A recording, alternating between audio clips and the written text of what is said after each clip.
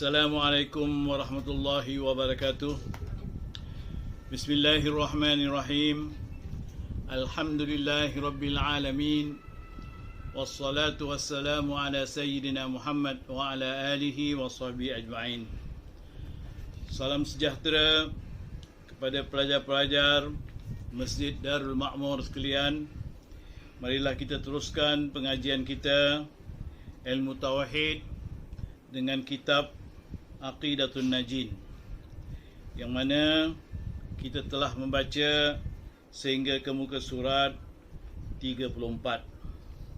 Kita mulakan hari ini di bawah sekali muka 34. Dan hasilnya yang dinamakan makrifat itu ialah tiga qaid. Maknanya kalau nak dikatakan apa itu makrifat, di sana ada tiga qaid tentang makrifat. Qaid itu maknanya tiga perkara yang bersangkut paut atau mengikat makna makrifat itu, barulah kalau ada ketiga-tiganya barulah dipanggil makrifat. Iaitu khususnya makrifat kepada Allah, makrifat kepada Rasul, maka hendaklah ada ketiga-tiga qaid ini. Yang pertama ialah jazam. Jazam. Yang kedua, muwafaqat dengan yang sebenar, rojis, yang sebenar, dan yang ketiga ialah dengan dalil. Jadi tiga-tiga ini mesti ada. Pertama jazam. Jazam maknanya putus atau tepat, ataupun yang dikatakan tidak ada ragu-ragu lah, yang dikatakan jazam. Dan yang kedua ialah mesti muwafaqat dengan yang benar. Artinya mestilah ia sama dengan hakikat yang dibenarkan oleh syarak, mana tidak terkeluar daripada syarak Islam. Dan yang ketiga ialah ada dalil. Artinya kalau kita percaya kepada sesuatu, katakan percaya kepada Allah, adanya Allah, mestilah putus benar-benar, tidak ada ragu.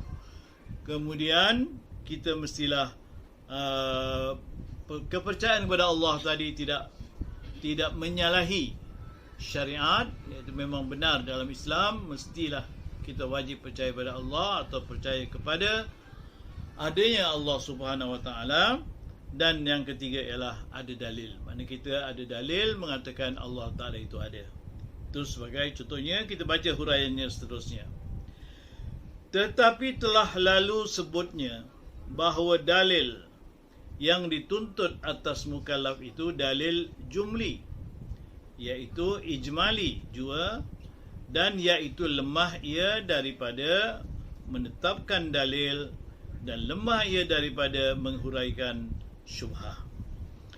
Jadi yang wajibnya tadi, dalil ni dalil ringkas atau dalil jumli. Jumli makna dalil secara total. Secara total, itu katakan apa kepercayaan kau adanya Allah Ta'ala itu, apa dalilnya. Jadi secara jumli artinya secara ringkas, atau ijmali ialah kita katakan dalil wujudnya Allah Ta'ala itu ialah adanya alam ini. Yakni alam ini adalah ciptaan Allah. Itu cukup.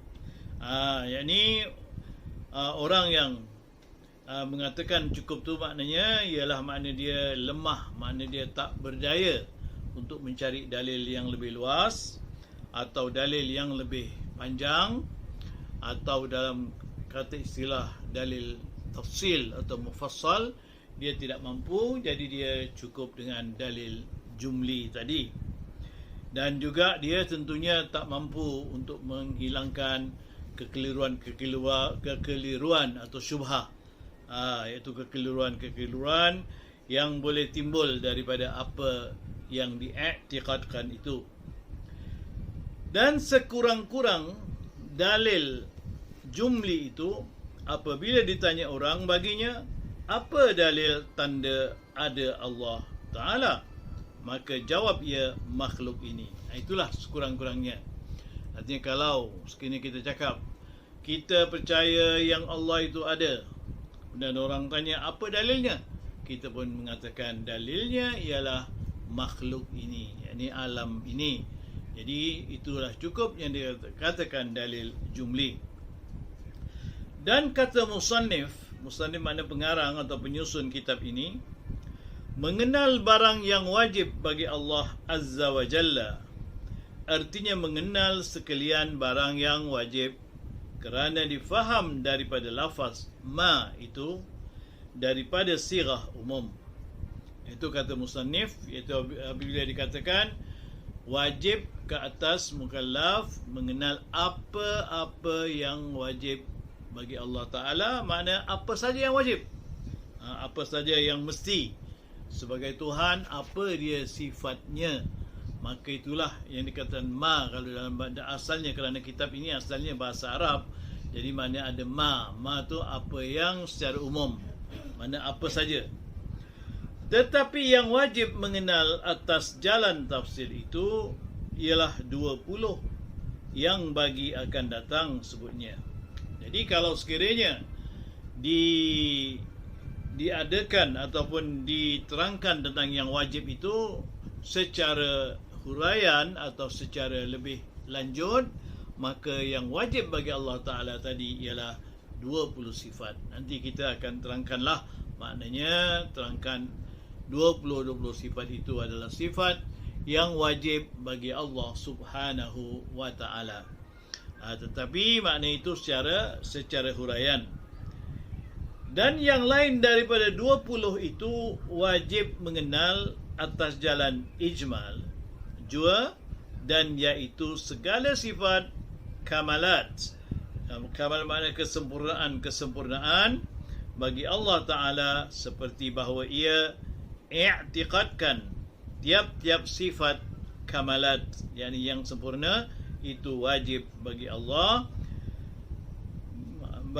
bersifat dengan dia.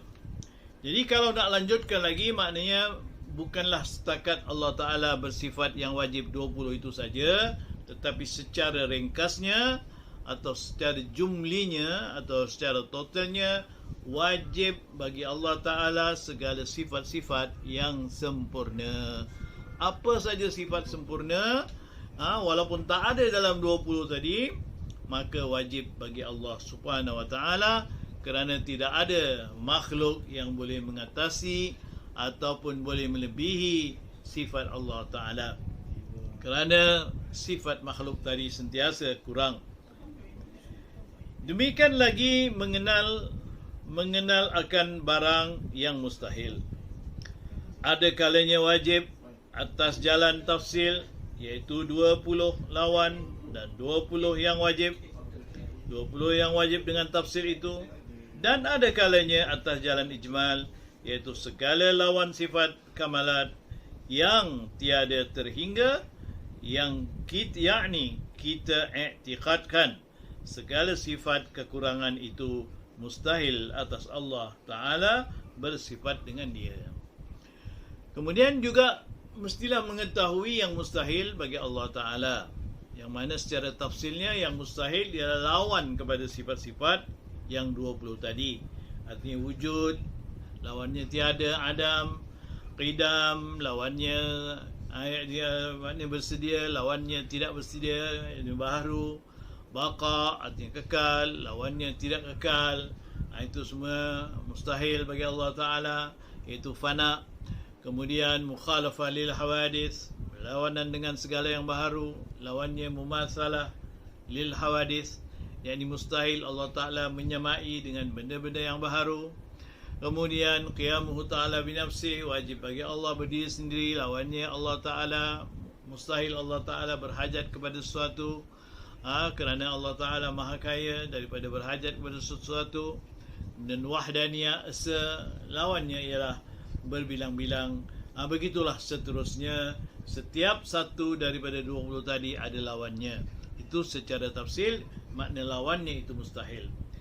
Kalau dengan ringkas pula, kita boleh katakan mustahil bagi Allah segala sifat kekurangan yang tidak sempurna. Sifat kekurangan apa sajalah yang kekurangan pada kita anggap suatu sifat kekurangan, maka bagi Allah Ta'ala adalah mustahil bersifat dengan sifat seperti itu. Faedah ikhtilaf ulama pada awal yang wajib diketahui oleh mukallaf. Di sini pengarang akan menerangkan bagaimana perbezaan para ulama mengenai awal wajib. Sebagaimana kita tahu, awal wajib yang masyhur ialah mengenal Allah Ta'ala. Tapi ada khilaf di antara para ulama. Kita akan sebutkan di sini sebagaimana yang disebutkan oleh pengarang kitab Aqidatun Najin ini. Ikhtilaf ulama pada yang awal-awal wajib atas mukallaf itu. Bermula qaul yang dipilih oleh muhaqqiqin bahwasanya awal-awal yang wajib itu ma'rifah, yakni yang pertama-tama fardu atas manusia yang mukallaf lah, maksudnya ialah ma'rifat Allah dan ma'rifat ke segala rasulnya. Itulah makna khilaf. Ada para ulama, apakah yang mula-mula sekali diwajibkan ke atas manusia yang mukallaf. Jadi bila ada khilaf macam itu, artinya yang rajih atau qaul yang boleh dipilih daripada qaul-qaul yang berbeza-beza ialah mengatakan awal-awal wajib ialah ma'rifatullah, artinya mengenal Allah dan mengenal Rasulnya. Itulah yang pertama sekali. Artinya nak jadi seorang mukmin, nak jadi seorang Muslim, mestilah mengenal Allah Subhanahu Wa Taala, iaitu mengenal Allah Ta'ala dengan sifatnya yang wajib dan yang mustahil dan yang harus. Kemudian juga mengenal Rasulnya dengan sifat-sifat wajibnya, mustahilnya dan harusnya. Itulah pendapat yang dipilih di antara pendapat lain. Kata Ibnu Al-Qayyim, dan wajib atas ibu bapa bahawa adalah awal-awal barang yang diperdengarkan akan kanak-kanak itu ma'rifatullah dan tauhid akan Allah. Ini kata pendapat Ibnu Qayyim.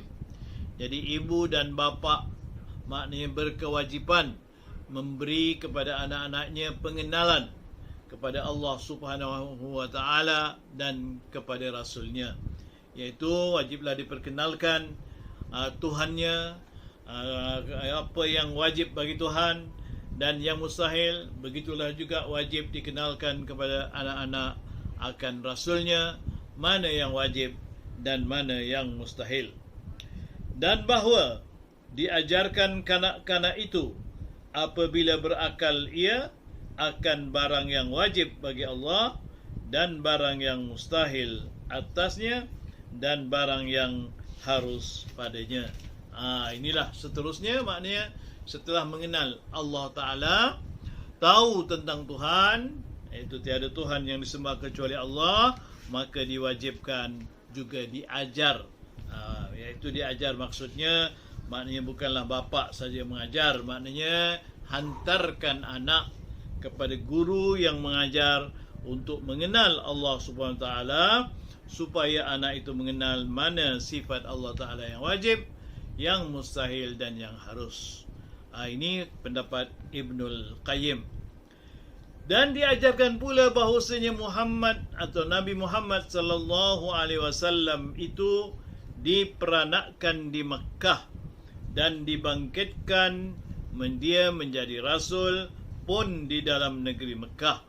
Kemudian berpindah ia ke Madinah dan wafat ia di dalam negeri Madinah jua, dan namanya ialah Muhammad, anak atau bin Abdullah, anak atau bin Abdul Muttalib, anak atau bin Hashim.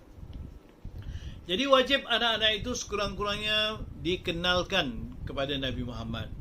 Artinya kita ada Nabi. Kalau kita percaya pada Allah SWT, Allah Ta'ala mengutus seorang Nabi.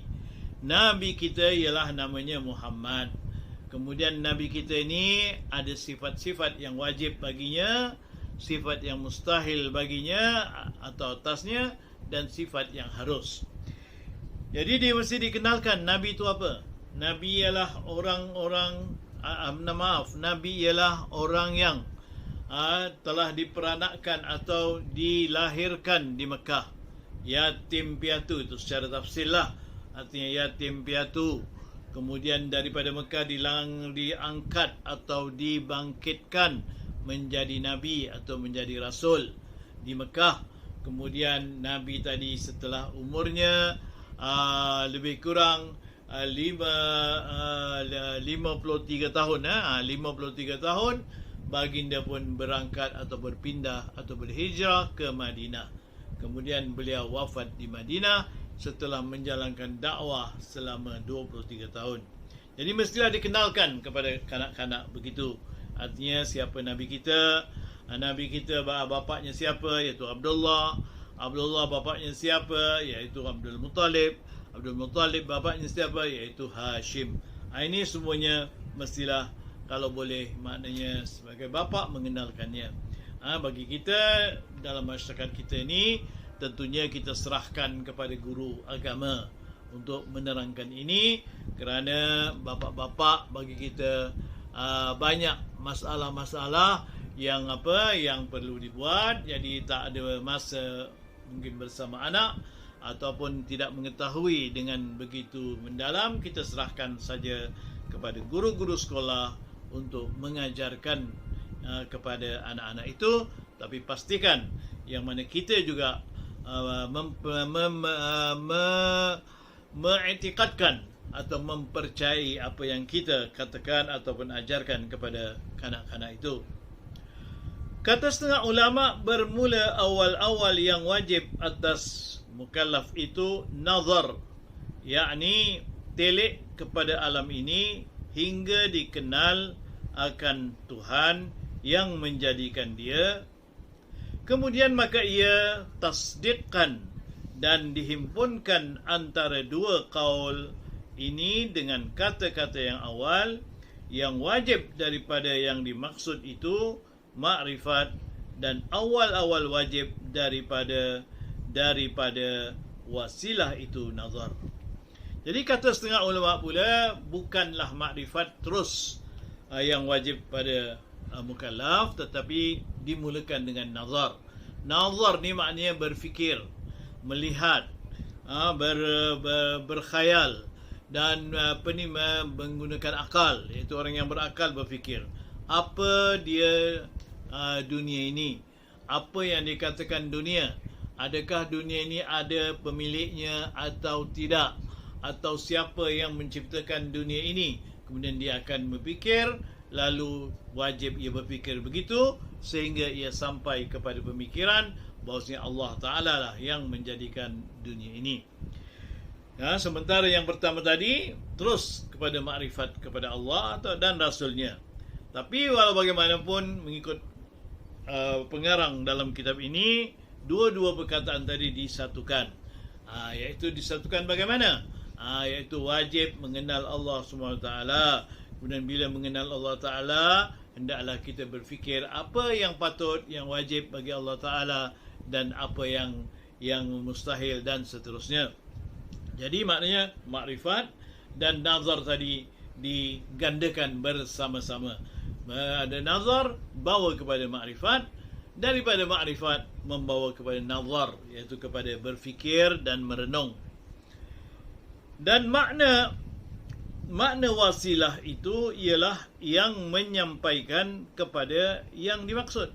Kerana jikalau kita lazimkan tasdik dengan barang yang tiada diketahui, ia akan sahnya dan batalnya nescaya membawa ia kepada benarnya atau tersalahnya, kerana tiada ia mengenal dalil yang boleh membezakan antara keduanya atau membawa kepada bersamaan Nabi dan yang bukan Nabi, kemudian dalil yang boleh membezakan antara keduanya dengan sebab tiada nazar yang sahih. Jadi maksud nazar di sini ialah berfikir, adakah apa yang kita i'tiqadkan itu benar-benar menyamai apa yang dikehendaki oleh syarak. Iaitu seperti mana kita mengatakan Allah Ta'ala itu wujud. Wujudnya Allah Ta'ala tadi ialah kerana alam ini. Jadi kerana alam ini makna adalah wujudnya Allah Subhanahu Wa Ta'ala. Kemudian haruslah kita berfikir apakah benar kerana adanya alam ini, adanya Allah Subhanahu Wa Ta'ala itu. Iaitu kita tasdikkan perkara ini. Jadi mentasdikkan perkara ini maknanya membenarkan perkara ini. Jadi ini adalah ibarat sebagaimana kata setengah ulama antara ilmu. Maksud ilmu tadi, maknanya ilmu tadi mengetahui Allah. Ilmu seperti mengetahui Allah Ta'ala, itu ilmu. Jadi ilmu tadi perlu ada tasawur dan tasdik. Tasawur artinya gambaran yang pertama sekali Tuhan, Allah Subhanahu Wa Ta'ala. Itu tasawurnya. Kemudian tasdiknya, Allah Ta'ala itu ada, bersifat ada atau wajib, itu tasdiknya. Artinya tasawur tadi mestilah diakhiri atau digandakan dengan atau dipadankan dengan tasdik. Kalau sekedar tasawur saja tak ada tasdik, tak jadi. Misalnya kita menggambarkan sebuah kereta, katakan. Saya gambarkan sebuah kereta. Jadi bagaimana nak gambarkan sebuah kereta berenjin? Jadi kita tasawur. Kemudian bila kita katakan kereta, yang dikatakan kereta itu ialah yang ada 4 tayar, kemudian ada enjinnya, ada tempat duduknya dan sebagainya. Barulah itu dikatakan tasdik. Begitulah. Katakanlah seorang umpamanya nak kenal kepada bulan. Apa bulan? Bulan ialah satu cakrawala yang terang pada waktu malam dan pada waktu siang dia hilang, ataupun bermula dia kecil kemudian bulat besar kemudian balik kecil lagi. Setiap bulan begitu, itulah yang dikatakan bulan. Itu tasawur. Tetapi bila tasdik artinya dia benar-benar melihat bulan tadi. Dia melihat bulan itu benar-benar berada di atas langit ataupun di langit. Kemudian bulan tadi bulat apabila menjadi bulan sempurna atau bulan penuh, kemudian turun menjadi kecil, kemudian bermula daripada kecil sehingga sampai bulat semula. Itulah yang dikatakan tasdik. Jadi begitulah juga nazar kepada Allah Subhanahu Wa Ta'ala. Bukan saja hanya setakat tasawur saja, mesti ada tasdiknya. Dan itulah dia istilah makna ilmu. Ilmu yakni tasawurun wa tasdik, iaitu gambaran kemudian benarnya. Gambaran dan benarnya, atau membenarkan apa yang kita gambarkan. Jadi kalau kita dalam masyarakat kita ni, kita misalan kita tengok apa itu masjid, katakanlah Masjid Sultan. Jadi kita gambarkan Masjid Sultan. Kemudian bila kita sampai betul-betul melihat Masjid Sultan, barulah kita tahu itulah yang dikatakan Masjid Sultan, bukan Masjid Muhajirin, atau bukan Masjid Al-Ansar, atau bukan Masjid Darul Ma'mur. Kerana apa? Itu tasdiknya. Begitulah kesempurnaan ilmu. Maknanya mesti tasawur dan tasdik tadi benar-benar ada tasdiknya bersamaan dan diterima oleh syarak dan oleh akal. Itulah saja pada cukuplah pada kali ini. InsyaAllah kita akan bertemu lagi dan ucapkan selamat kepada sekalian pelajar Darul Ma'mur Kuliah Duha dalam ilmu tauhid. Sekian saja. Assalamualaikum warahmatullahi wabarakatuh.